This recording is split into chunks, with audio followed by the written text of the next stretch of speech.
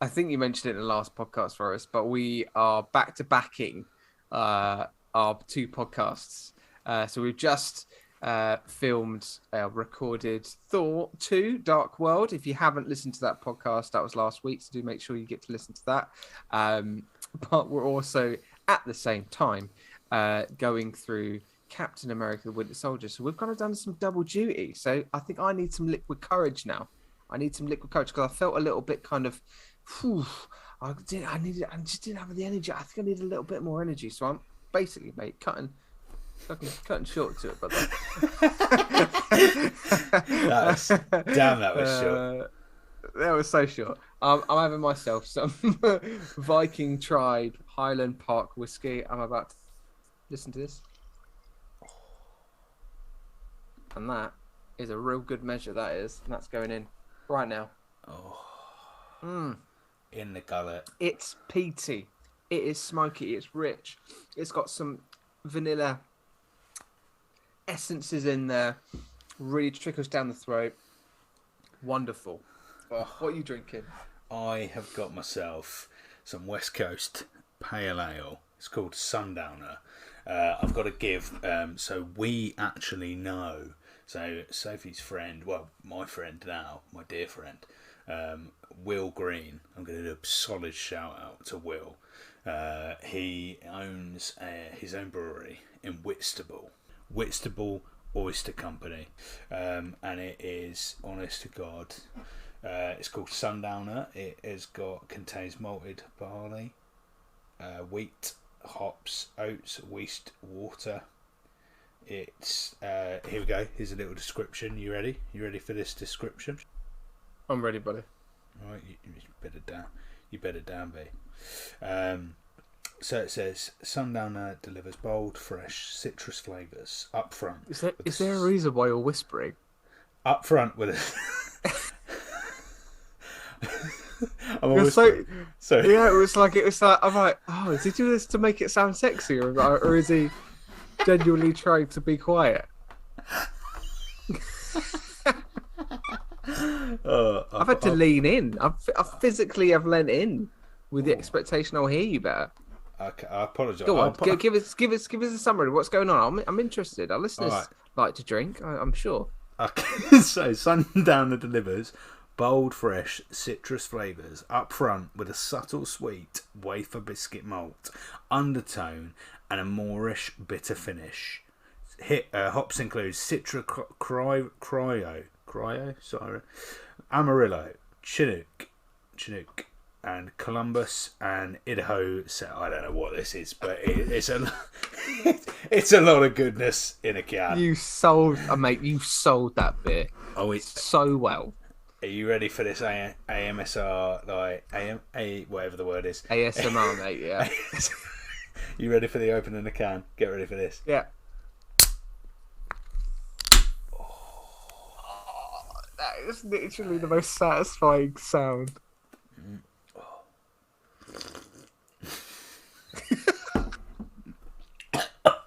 God.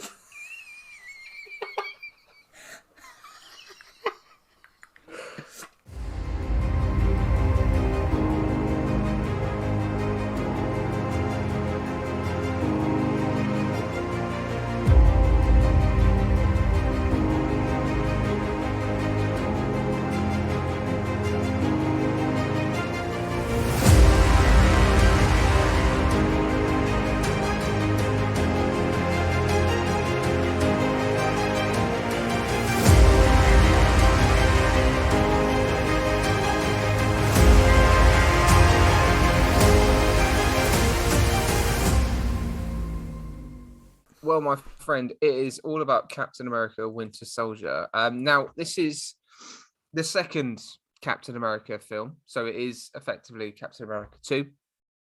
But it plays into many storylines. It plays into quite a bit of what else is going to be happening in Phase 2 as well. So there is a little bit of setup. There's some introduction to new characters. There's all kinds of things that happen with this movie, but there is one particular thing in terms of the introduction of Falcon, which is awesome, and I actually completely forgot that his first film was this one. But I flipping love this movie. I love it. It is. I'm going to come straight out of the bat and say this is probably one of, if not my favourite MCU movie of all time. Really? It's got. Whoa, that's a big statement. This is incredible. It's an incredible movie. Like the combat scenes, the action scenes alone are some of the best action scenes we've ever seen and going to see. The writing, the story is one of the best stories we're going to see. The journey, awesome journey. The characters, the supporting characters are insane.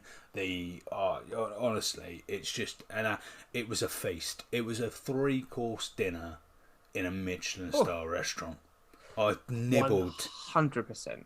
I had a little nibble of the cheesy bites for a starter.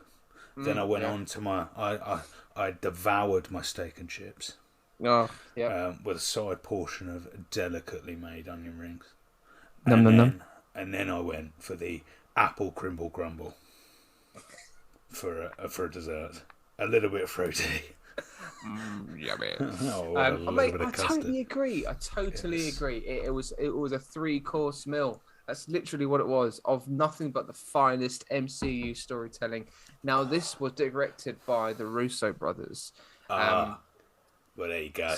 I think. Oh my God!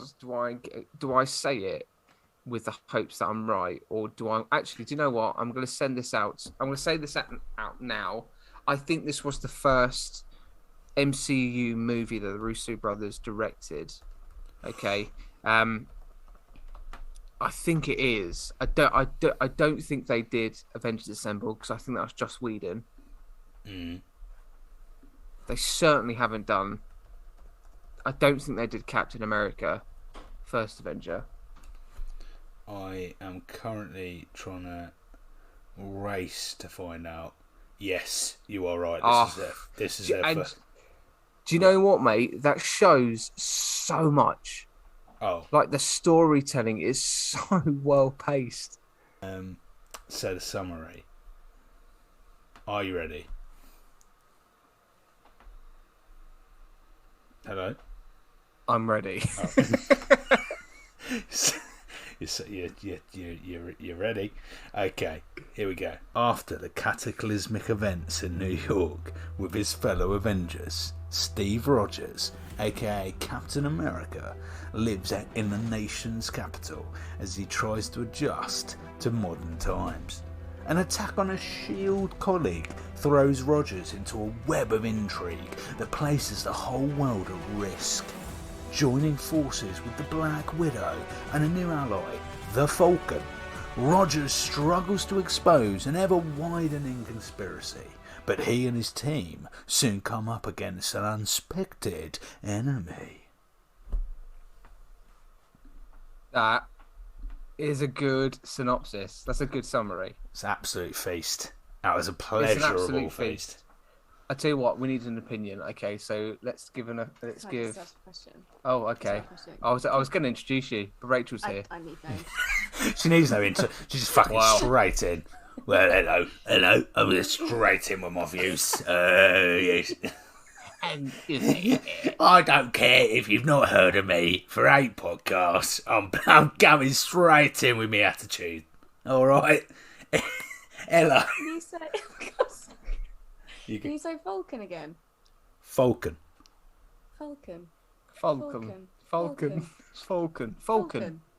say Falcon. Falcon. Yeah, Falcon. Okay, if you're listening to this podcast and you're in a space that you're able to say things out loud, everybody say Falcon. After Falcon. 3. 1, 2, 3. Falcon. So hang on. Am I saying it differently? I think you said like maybe it's your your synopsis voice. Like, probably Falcon. Overpronounce the L, maybe. Really. Falcon. Right. Give me 3 words that give me 3 words that describe or your reactions are to Winter Soldier. Go. Number 1. That was number 1. Number 1. Oh, that was 2. emo. Emo. Yep, I get He's that. got dream emo eyeliner. Okay, yeah. Bucky Barnes. Spoiler. 3. Whoa, spoiler alert. 3. Oh, yeah. I can't. I'm not good under pressure. I don't know. I like the mask situation. As in so these 3 words are centered around Bucky Barnes. Oh, Right. completely. Can I just say that first guest? First. If this is the standard. No. Wait. Well, I had notes, full blown notes for Thor, which okay. I guess that wasn't even. I had full notes for Dark World. I had a whole list, and I wasn't able to jump on. A couple of yours got out. Did you talk about the foundation line? No. The shoes. Didn't talk about the shoes. That was such disappointment. I couldn't believe that.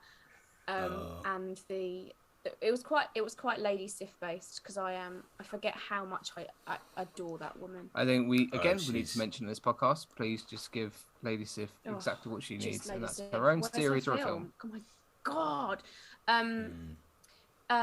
So I haven't made my list for this one, but I like the masks. You watched this one more than any other MCU movie. But Cap has the upper face mask, and Bucky has the bottom. Like together, they are one. Oh, they are still one. Symbolic. They make. I like that. I like that. He's being silenced, isn't he, Bucky? He is being silenced. He's got a muzzle on. He has got a muzzle on. Yeah. They muzzled that dog. They did. Oh, hello. Oh. I mean, they also had to disguise him, but let's not. Let's split the fact and fiction, shall we? Wasn't everyone knew in the cinema who it was? It's painfully. That is one thing in terms of a gripe for this movie. It's painfully obvious who that is in terms of the Winter Soldier. There's no reveal. There's no shock horror. So the question I would pose to you, Rach, whilst we have you here, is do you think therefore, if it was obvious to the audience, and essentially we don't need to know, and neither does Captain America need to know, that it's Bucky right until the end when we find out. Therefore, could you argue that a stand-in actor who looked similar to Bucky but what didn't look similar to Sebastian Stan would have actually worked? Because then the audience wouldn't know, but we wouldn't know none the wiser that it wasn't him anyway. So you think that whole time it should have been some random until the reveal at the end? Yeah. But looked enough like him to go. Yeah. But it could have covered his whole face. Or at least because cover his whole I face. think it's this bit is very Sebastian Stan. But if you'd have had someone else, that's a very definitive look. Yeah. Here come the giggles. Oh. Here come the giggles again. How much of that was him necessarily? How many of his own stunts does he do? How much of that was actually a complete randomer? I'm pretty sure. I want to say, to give Sebastian Stan credit, that he did as many stunts as he was allowed to. I'm sure he did. I'd like to actually know. Out of Mean Forest, which one is Captain America and which one is the Winter Soldier?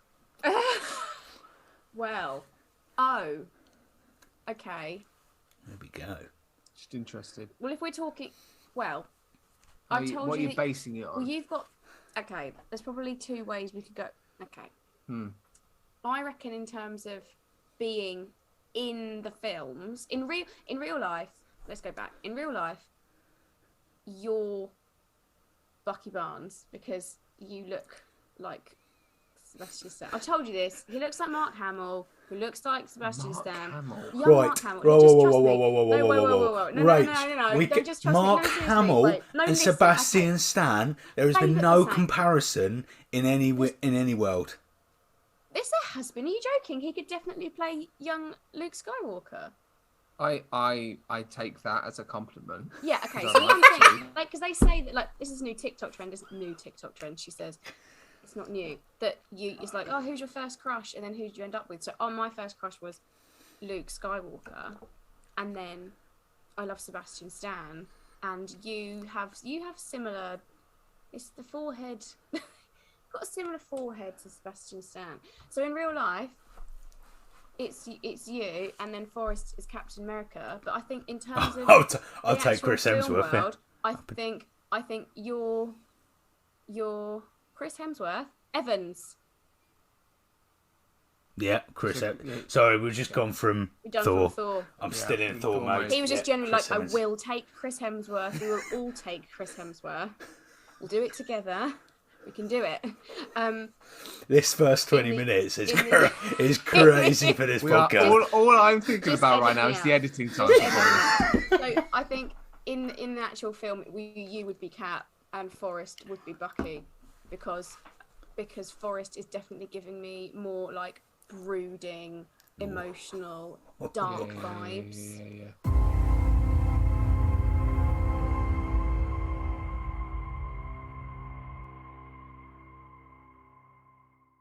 Going straight into the beginning of the movie, he has a little book of things that he needs to check out and see or learn about. Like he is learning with the times, and I actually really, really love that. And it's not actually kind of heavily spoken about. It's very subtle.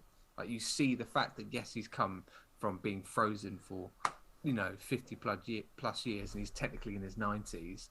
He could quite easily have gone, no, I'm gonna stay in my old ways, and this is the way that I am, blah blah blah. Which is actually, if you want to look at juxtaposition, why don't you, if you haven't watched Forrest, I don't think you have actually, The Boys on Amazon Prime. I have not, and a lot of people have keep telling me. Oh my gosh!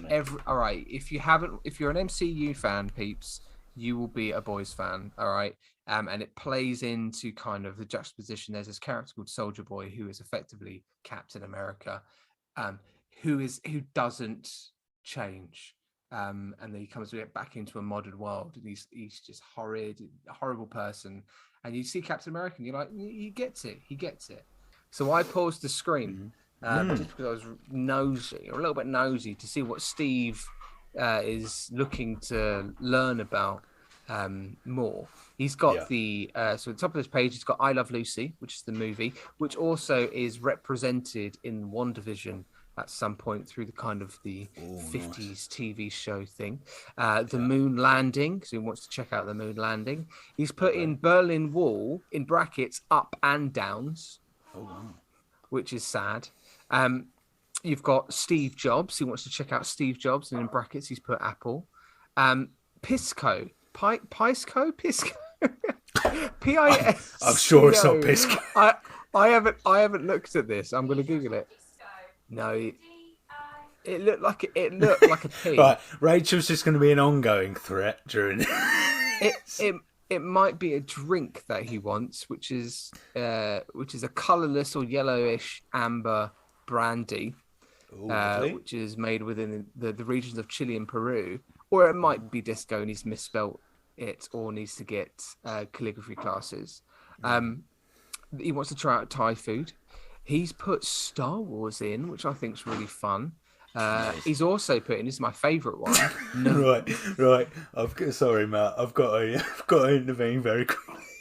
So your new microphone is picking up everything that's going on in that kitchen, and right now it sounds like cooking with Matt. Oh my god, Rachel, you're still featured in the podcast because you're currently featured in what you currently made. What have you made? Peanut butter on toast, everybody. If anybody that's intrigued, while I was listing through the interesting Easter eggs for you all, if you're all thinking, I wonder what Rachel's making because it sounds interesting. Well, she simply just made peanut butter and toast, everybody. Sorry, Matt. You carry on, mate. Carrying on with what's on the book, this is my favourite bit. He wants to check out Nirvana, and he's put in brackets the band. He's also put Rocky, and in brackets Rocky 2 ? He loves a bracket. Yeah, and then Sam suggests him to listen to Marvin Gaye's Travel Man, I think, album. So he adds that to the list as well. I just thought it was just a nice little thing just to look into, just see what Steve Rogers is looking at. But yes, that's how we start the movie, and I actually really love the beginning. What do you think about it, mate? absolutely. Honestly, the whole way through, I thoroughly enjoy myself. Love the intro to Sam. I didn't quite realise in the same fashion that it was quite so instantaneous at the start of the film.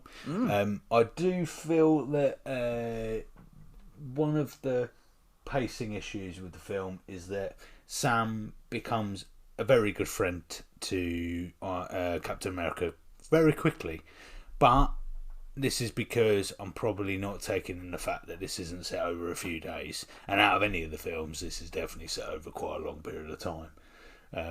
But yeah, I do feel there was a couple of times where I was a bit like.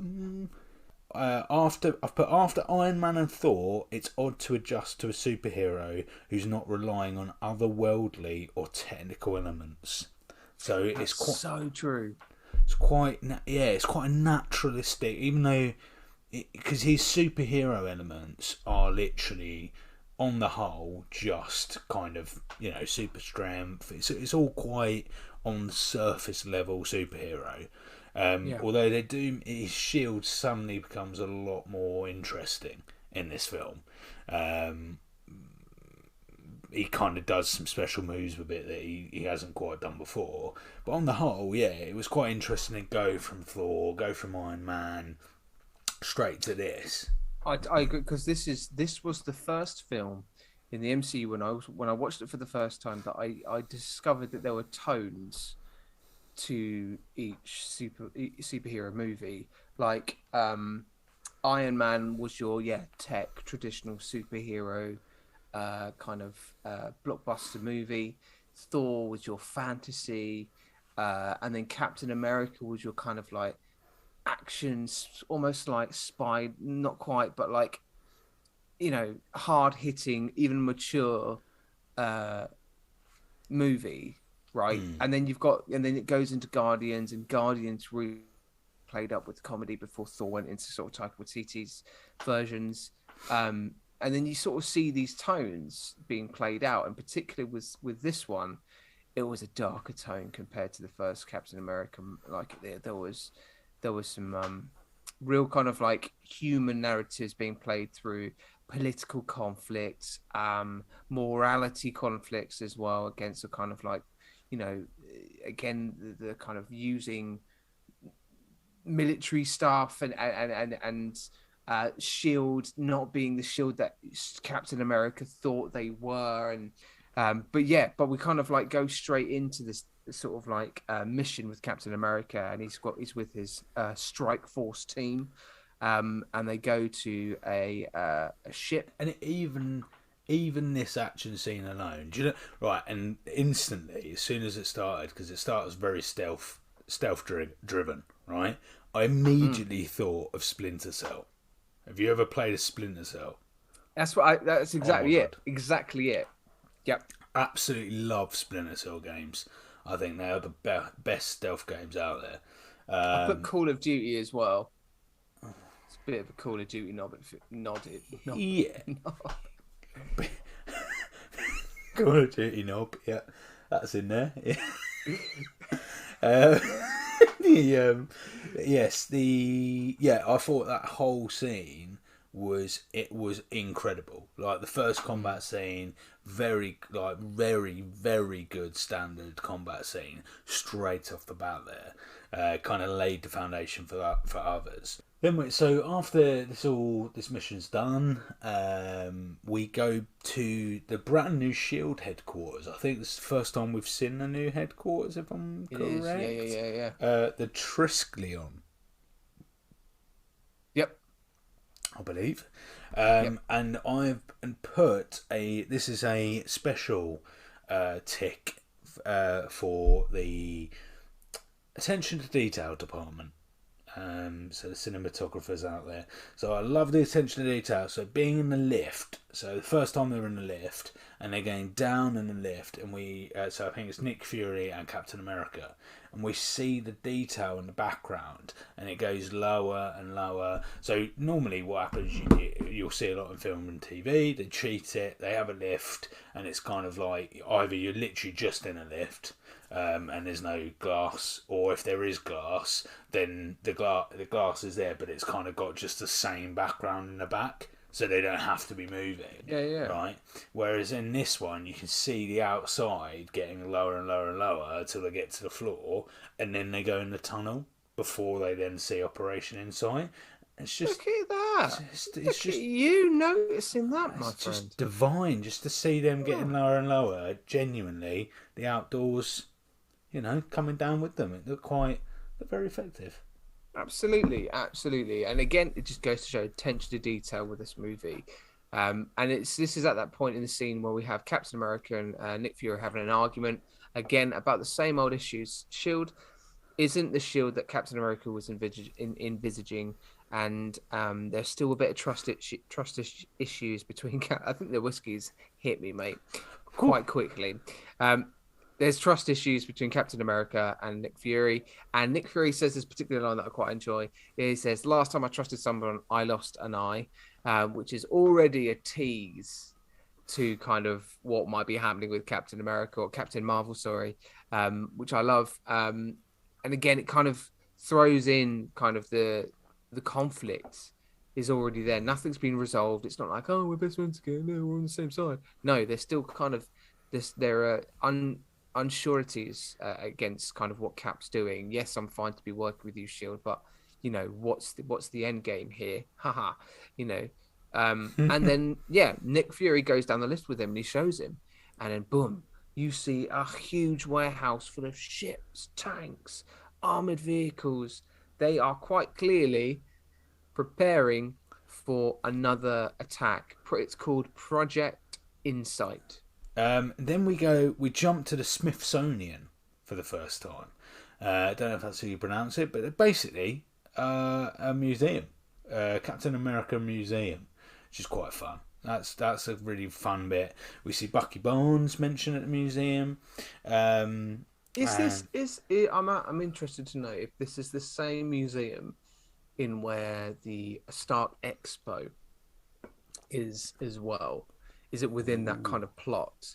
I don't know if it is, to be honest, but I'm interested to know if anybody does know that this museum's set within where the expo usually is taking place. Just because they come back to that museum, I think, in a later movie as well. I don't know which one, but I think they do. But yeah, they do, don't they? They sort of, Captain America sneaks in, and it's great because it gives the audience member that hasn't seen any of these movies beforehand a quick context into what has happened beforehand. So nobody is lost here. Nobody's playing catch up and asking questions in the cinema. Yes, absolutely. And then I think we move on a bit because I've just put the words Peggy, old woman. Oh, now. Yeah, Peggy's an old woman. So we go and see. Well, we find out she's alive, which I think. Yep. First time we know she's alive. Am I right in saying that? First time we know she's alive. Yeah, it's the first time we see her, isn't it? It is. Yeah, because she's interviewed in 1952 in the museum, isn't she? And then it cuts. Yes. To her as an old lady. Yeah. And then Peggy reveals that she helped found Shield. So hence which Fury. Leads into her series, doesn't it? That leads into her series. Absolutely. Which kind of gives us a further idea. It takes us back all the way back to Phase 1, where we were talking about Shield and what did Shield know, what did Nick Fury already know about certain things. And it kind of you go, oh, okay. So Nick Fury was aware of Steve Rogers so much because of what would have been said by Peggy. Yeah. And my first kind of gripe, mate, really, is how they shot old Peggy, in this. Did you notice that it was like a weird deep fake situation going on? I did, yes, I did notice. I think that's what I think what happened, because there was mouth issues basically when she was kind of acting. There was some wonderful acting going on, but it just wasn't syncing up with what was being heard, and that the movements of the mouth weren't quite right. And I don't know whether it was CGI, but I think actually it might have been an actual old lady who isn't Hayley Atwell being physically there, and then they just kind of like CGI'd Hayley Atwell's face on top of this old lady and tried to like merge it. Yeah. And it did have a strange, and which is weird because later on in the film we see Steve Rogers and Bucky Barnes, and we see Steve prior to him becoming Captain America, and actually that is done incredibly well compared to the first film. Just that little scene, he looks much better than the first scene. First film, absolutely. So yes, I did see that. Very, very, very obscure. And then we flip forward because Guy. Oh yeah. This was a particular moment that I quite enjoyed because this felt to me like a real like a moment you could imagine would happen if we lived in this world, right? It was a guy on the Shield, and his name escapes me. He's on the board of Shield. I'm sure he'll be on. Hang on, due course. As always, they're never on the gas list. Do you remember what the guy's name was? And he was like the head of. Is it Bernard White? Is the actor Councilman Nagendra Singh? Maybe. Don't know. It's basically a member of Shield. Is talking, and he asks, I think must be Nick Fury, for Iron Man for his niece's birthday party. Right, okay.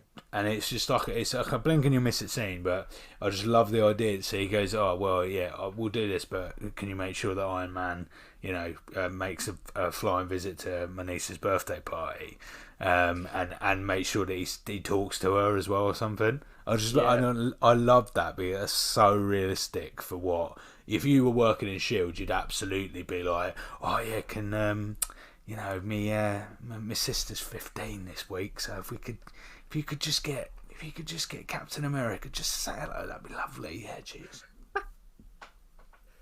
I think that must have happened. Like you can see, like you say, like you can see it happening. Yeah. Nick Fury's going, "Sorry, Tony, you gotta go and see Jessica's 9th birthday party," and he's like, "Oh man," and he just turns up, probably at half pissed, and like shoots a glass. Well, as we know from the latest Iron Man, we know what he would actually do, wouldn't we? He would just remotely take one of his suits. So one of the marks would just turn up at the party. He'd be all the way in his like mansion, and just be going like, "Yeah, hey, how you doing? Yeah, you're right." And he's like sipping on a tequila at his house. Yeah, loving life.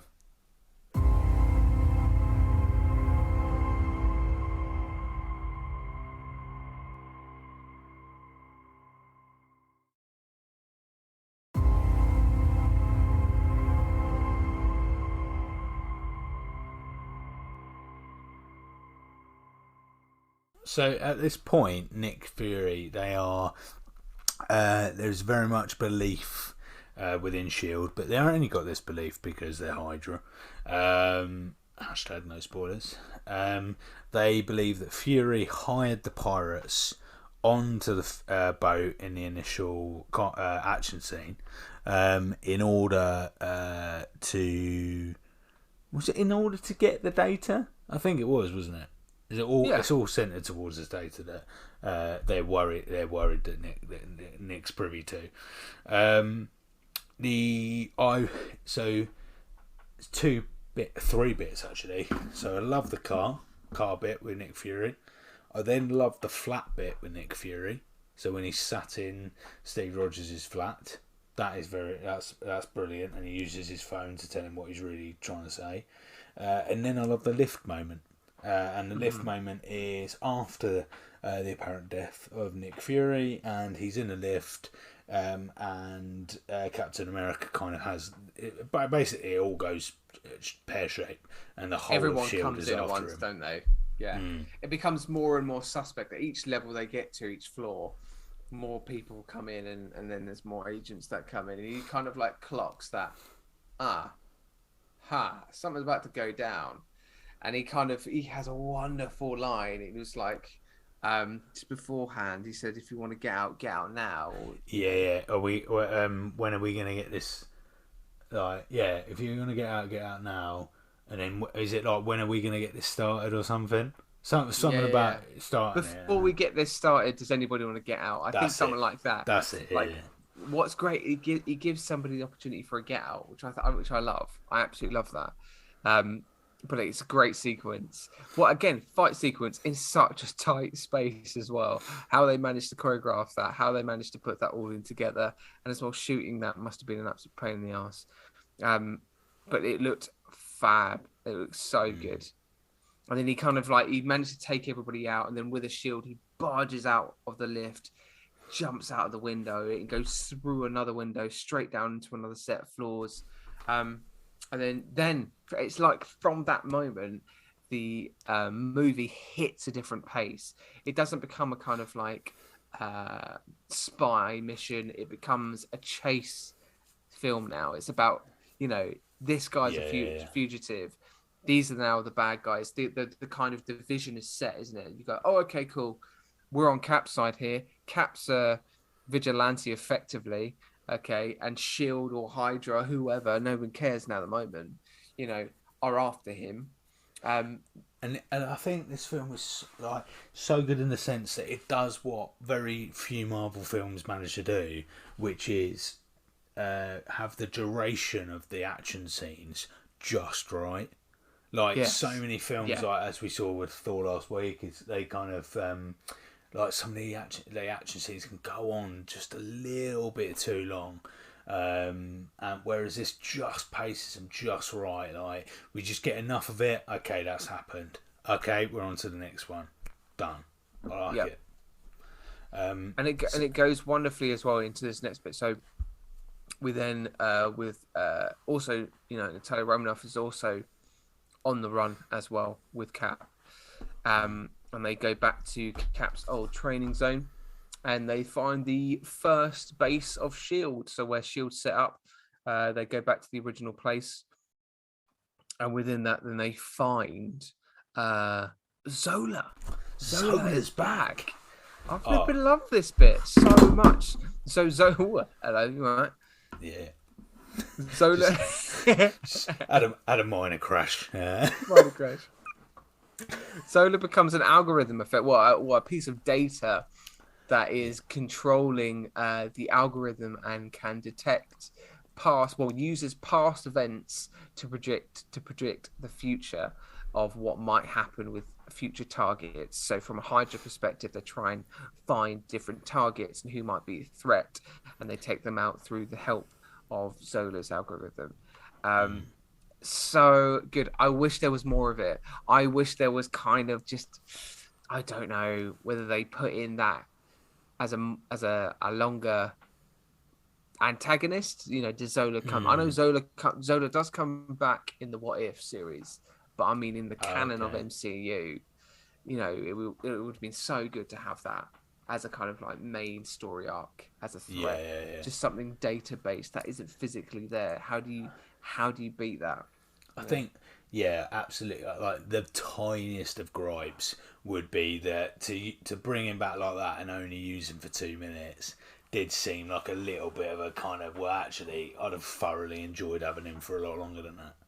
Toby Jones is an absolute legend. Like, he's amazing. Give him any bit of script. Character of Zola is great. Like, I love that. So that them finding out that and speaking to Zola is amazing. We then find out, although, because I'm trying to think, what do we know this? So I think we find out for the first time, and Matt, you can correct me if I'm wrong, and I'm talking about just through the films. Is this the first time we realise that Tony Stark got killed by Hydra? Tony Stark? Yes. No. Howard Stark. Howard Stark. I think so. Yes, I think that is the first point. Yeah, you're right, bro. Because they say Howard Stark, someone else as well, isn't it? There's in the photo room. There's in the shield room. You got a photo of Howard Stark, Peggy Carter, and our friend Tommy Lee Jones. Is featured on there. Yes. Yeah. So so that was quite interesting. I think that's the first time we hear of that. Obviously, we know how it's got long gone, but I don't think we quite know how. Zola taught Hydra how to read a digital book to predict futures. Yeah, absolutely. Oh yeah, and then so Project Insight. The reason why it's called Insight is it kills people who have an insight. It has the AI has intelligence. It can have insights to people in which it would know who is going to be against Hydra and who is not. It's and this is what I mean by this film. I think we've just had. So we've had Thor, and we had what did we have before Thor? We had Iron Man. Iron Man. Yep. So we had a lot of science and I think there's been quite a lot of difficult to understand moments in the phase so far. But what is quite nice about this film is they explain it in really nice terms that's easy to understand. I didn't feel like any moment during this film did I think, oh crap, I don't actually know what they're on about, or I'm finding this difficult to understand. And that I did appreciate that. And that is all down to the pacing of the Russo brothers and the way they put this together. Like you say, the action sequence are timed so well against the dialogue. They're needed. They're justified. If we kind of go from kind of skipping forward a little bit, but Falcon gets his equipment, his wings. We apprehend the Hydra, the Shield agent. That's a Hydra agent in disguise. Talks about Project Insight and also mentions Doctor Strange for the first time. So that's the first time we hear of Doctor Strange in an MCU movie. We know that's incoming at the time as well. And we don't actually get that film until technically 2 years after from that film was first released.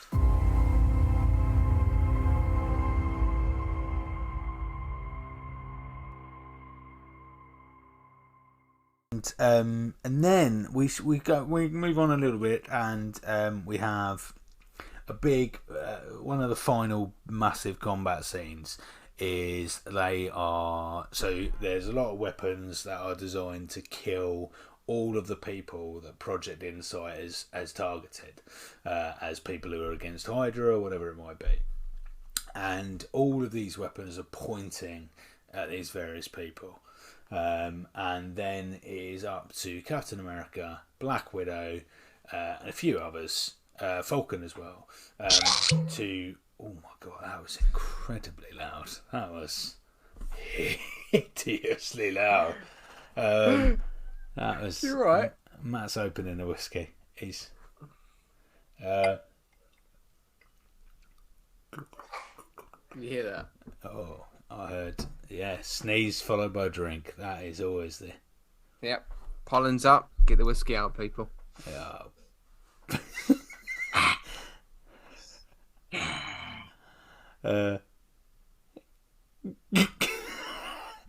Look behind you, mate.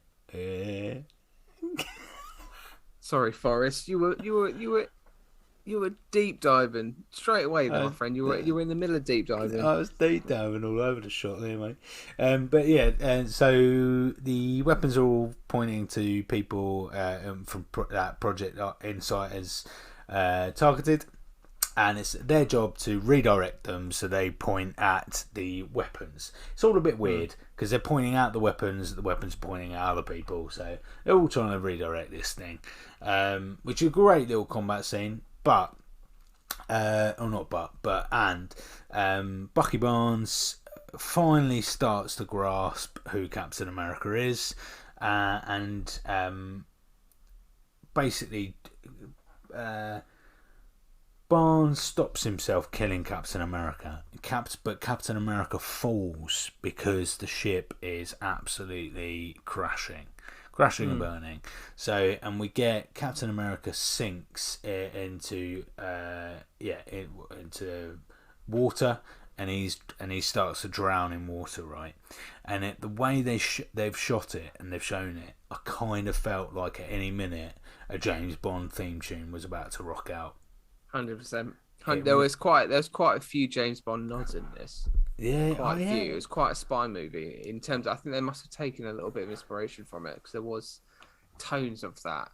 That's for sure. But like that's the thing. There was conflict during that bit the whole time because Cap was trying to get Winter Soldiers to remember that he's Bucky and all that kind of stuff. And do you know what, mate? I got a bit upset because I was like, I know, if I was in Cap's shoes, right?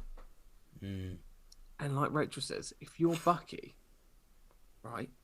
And if I said to you, Forrest, you're not the Winter Soldier. Forrest, it's you, Forrest. You're not the Winter Soldier, you're Forrest. And you'll be like, who the hell is Forrest? I'm like, oh my God. All those memories, all the podcasts we've done beforehand, like all of the times that we've had together as friends, like all gone potentially, and you can't remember that. Like I was like, oh, I'm a bit caught up about this. Like, he's just his best friend. All he wants is his best friend back because his best friend, all of his friends, anybody he knew lived into World War II in 1945, and yet here he is standing in front of him. It's like, oh my God, there's literally one other person in the world that understands where I'm coming from, and yet they don't recognise me. And he reiterates a line we see a flashback, and Barnes says, it's something like, "I'm with you to the end of the line" or something, isn't it? Yeah. And then Cap says it to Barnes just as he goes to smack him in the face, and he went, "Look, are you going to kill me? Because I'm with you to the end of the line." And and then you see that, don't you? He goes, "Oh, I know that. I know what you said there." I'm like, "Oh, hello," and then it is a beautiful moment. It's a beautiful moment. And with that, then Winter Soldier gets him out of the ocean. He saves him. He does. Bucky Barnes saves our wonderful Cap. And then from there we get to the end. What we haven't mentioned, and I've got to do a special shout out, is actually Black Widow and Captain America. This, I think, is magic. I think that's magical. There is no shoehorned romance. There is no shoehorned love. You can kind of take from it what you want to take from it. Really, it's left quite open what they're exploring over the film. Are they just mates, or is there a little bit more, or is there a little bit more from one side? I don't know if it's just because they have really good chemistry as actors, but I just got the sense that there was a hell lot of chemistry going between those two characters, and I thought something was going to happen between them, and I think something did during the blip. I feel like within those 5 years of the blip happening and them two being together, I'm like, they have bound to have hooked up. Come on, really? Yeah, of course you would. Do you know where I think you'll be able to find that? Where's that? Fanfiction.net, mate. Oh, you read my mind. You're reading my mind, Forrest. You damn well know. I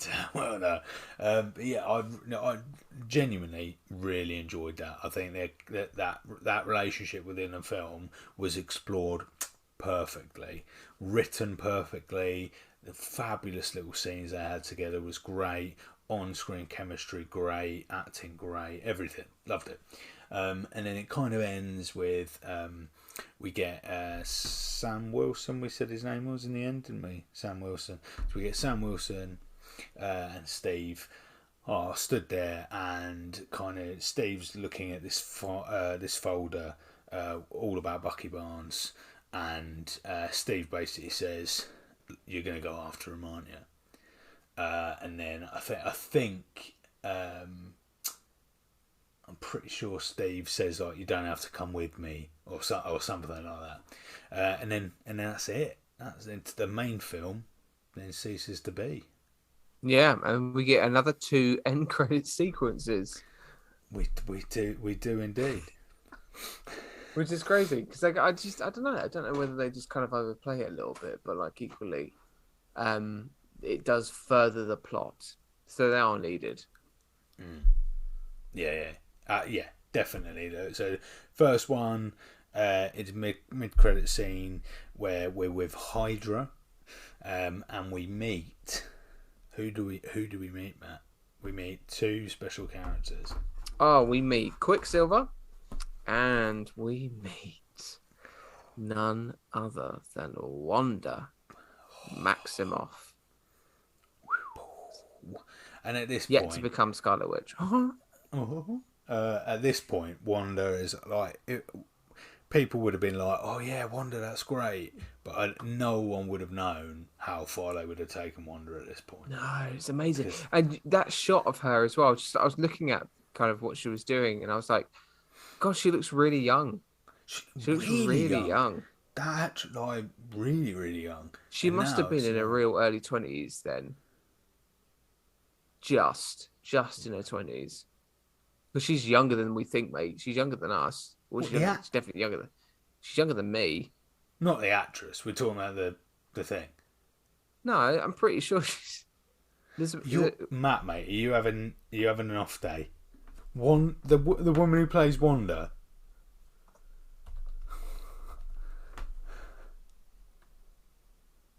Elizabeth Olsen. You reckon Elizabeth Olsen is younger than you are? Yeah, I think so. No, mate. Absolutely not. Do not believe it. No. Shitting hell. Hang on, when were you born? Oh, okay. Oh, okay. No, she is. Oh, okay. She was born in 1989. She's 33 years old. No, that is... Oh my God. Like, she's older than me? I thought she was younger than me. She's only just older than me. Christ. I thought she was just a really attractive older woman.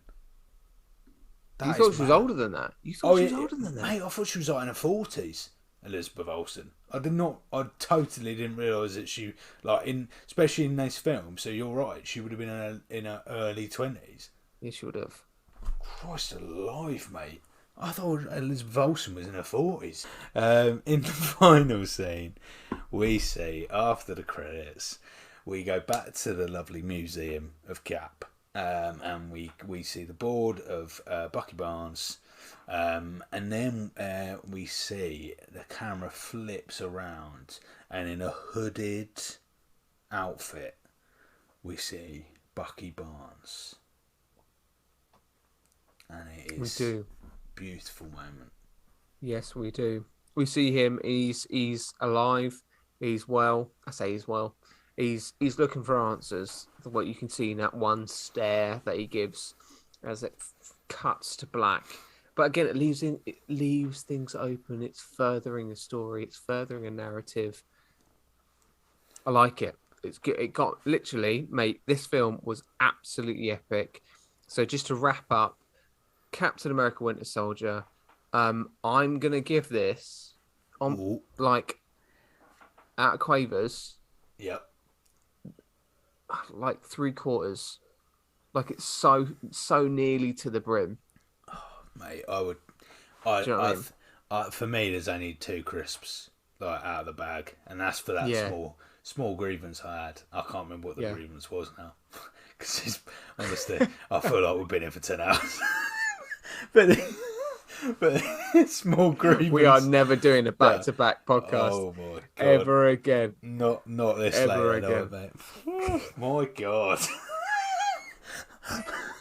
Honestly, being with you on the other side is the most joyous occasion I've ever had. I love you dearly, anyway, Matt. Oh, mate. But by God, doing this back-to-back is an absolute never stretch. Again. But there is a reason though, isn't there? Like, so 100%. Before we move into the reason, what would you'd agree with that 3/4 bag? Yeah, 3/4 just a little bit, maybe a bit fuller for me. A bit fuller for me. Nice. So, but I think absolute top notch. I love the film. I think We it's loved it. We incredible. absolutely loved it. Really, really good film. Can we agree that it is the best one that we have, watched so far? By a country mile, this is the best Marvel film we've seen so far. Yeah. And it's for me, it is only getting better because then it. Go on, you say it. What's the next one? The next one we're gonna see is Guardians of the Galaxy, and I can't believe we're here already, mate. Oh man, we are racing through these, but we really are. After phase 2, I suggest we'll get in our little armchair and we'll go, right, let's start with a couple of TV series. Let's shake it up, my friend. We'll go to a bit of DC. We could even do a wild card, and then we'll come back to the MCU. Yeah, I love that. We'll give it, because otherwise we're gonna be at the present day in the MCU universe before we know it. Otherwise, so yeah, absolutely. But Guardians of the Galaxy next. Can't wait! I cannot wait. But yes, as we were kind of saying, like going back to it, the reason why I've done back-to-back podcasts is because we're very busy. We've got lots of things going on and life things going on at the same time. One particular life thing that is going on with me is I'm going to Disneyland Paris in a couple of weeks.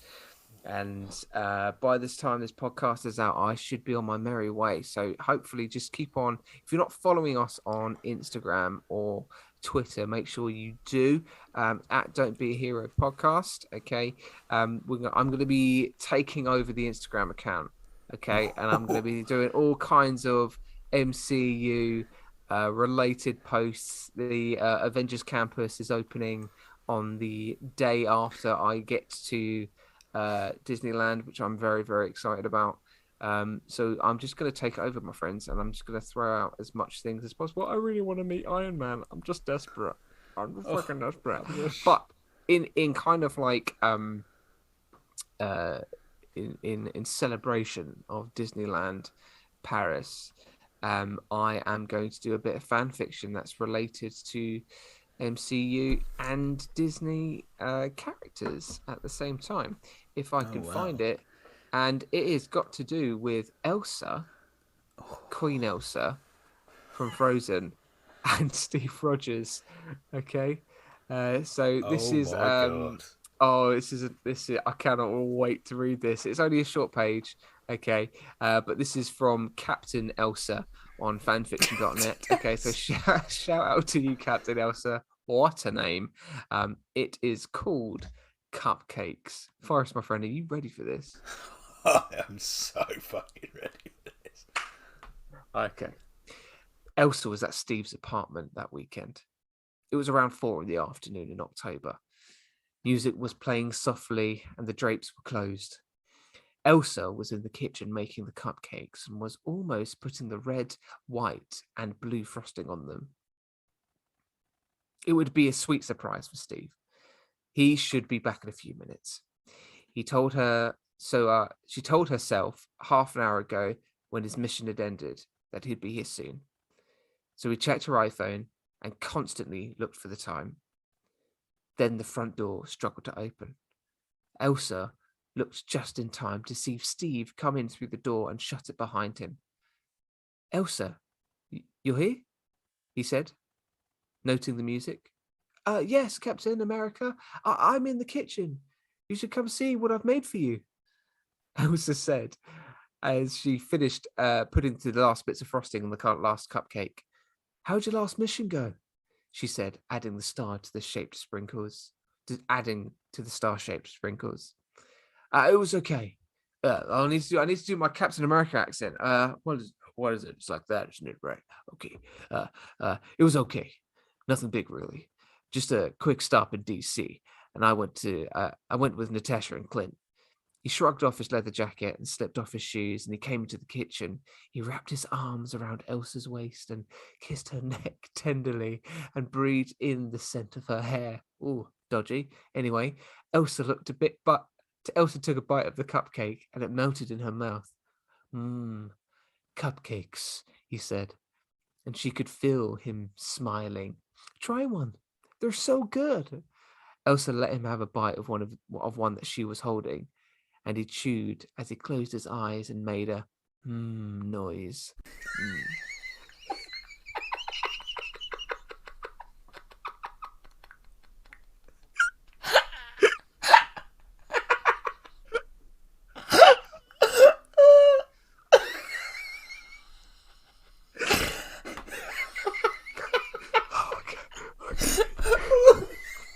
I mean, you nearly had me at dodgy. It's so good. Anyway, noises. Tastes like freedom. Oh, tastes like freedom. Elsa couldn't stop herself from giggling. And then a little bit of frosting got on her lip, and she didn't notice. Steve tried to point it out, but Elsa didn't get it. Elsa gave him a what look. You've got some frosting there. Can I get it for you? Elsa nodded. Steve kissed her where the frosting was on her lips. Then Elsa. Oh, fucking hell! I can't. Ooh. Okay. Kissed him up where the frosting was. Oh, I'm literally crying. Okay. Then Elsa kissed him back. His hands caressed her face and brushed her blonde hair. Elsa put some frosting on his lips and kissed him, and he invited her into a sweet French kiss. May we? Here we go. This is the content I'm after. Oh yes. Elsa moaned with pleasure and completely melted from her head down to her toes. Some people were really worth melting for. Clearly. It was by far the sweetest kiss the two of them had shared. Wow, she said when they broke apart. He nodded, agreeing. Elsa's heart raced wildly. You should take some cupcakes. You should make some cupcakes more often. I can't argue with that. Steve leaned in for another kiss, and Elsa savored the sweetly blissful kiss. Scene. There we go. Who was the writer again on that one? That is Captain Elsa on fanfiction.net. Captain Elsa. Honestly, I think Beautiful. That is my favourite of the fan fictions we've had so far. Captain Elsa, I'm a big fan. There was lovely description in there. Lovely cupcaking. Lovely cup Absolutely beautiful. Honestly, it's got me really, genuinely, really excited to go to Disneyland. And I know what's going to happen is that I've got such an early start on the Wednesday that this podcast actually comes out. So I'll be listening to this on the train in to Disney. So I cannot wait to listen to that, and it's going to get me in the Disneyland feeling now of Elsa and Captain America getting it on with some cupcakes. I've never watched Frozen. Can we get an age check on Elsa? You've never watched Frozen? Never. No.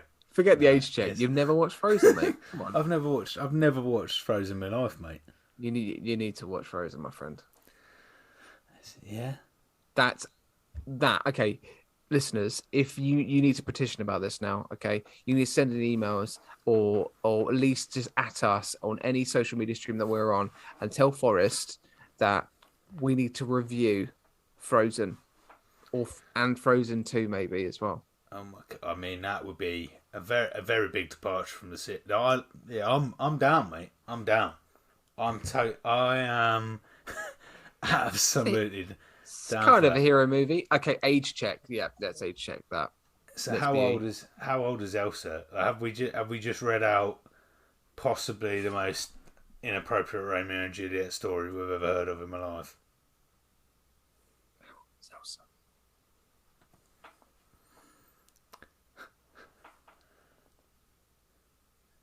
$18. No, 21. That's 21. Okay. Goodness. That's a relief. Otherwise, I'd have to find something quick. And I would have been mightily disappointed if this was on the podcast right now. Thank God. Mate, the anger I would feel if you managed to get us shut down before Guardians of the Galaxy. I'd be absolutely steaming. That would be absolutely standard. Oh, love that. Oh, right, there you go, my friends. Oh, what a mate. wonderful way to finish. Thank you so much, and yeah, have a whale of a couple of days, mate. We got to do one of these in the same room at some point, mate. We do. Let's figure that out. Let's find a time. Absolutely. Need to get one of these in the same room. Please do email us. Don't be a hero podcast @gmail.com. Let us know your thoughts, your feelings, your gripes, your happiness, any comedy moments. If you're happy. Generally, what you've been up to, really, as well. Yeah. That's fine. Yeah. Please do drop us an email. We've got a couple trickling through, but it's always lovely to hear from you. Jump on our Instagram, jump on our Twitter, and let us know where else we should be in the social media world. Would you like us on Facebook? Yep. Would you like us on, Bob from Belgium? Is there a particular Belgium social media we should be on? Exactly. Absolutely. To get more Bobs. Been a blooming pleasure, my friend. Pleasure. And because of that, we're signing off for the night. We need to go to bed. Neither one of us can talk. Words. Ta-ra for now. Take care.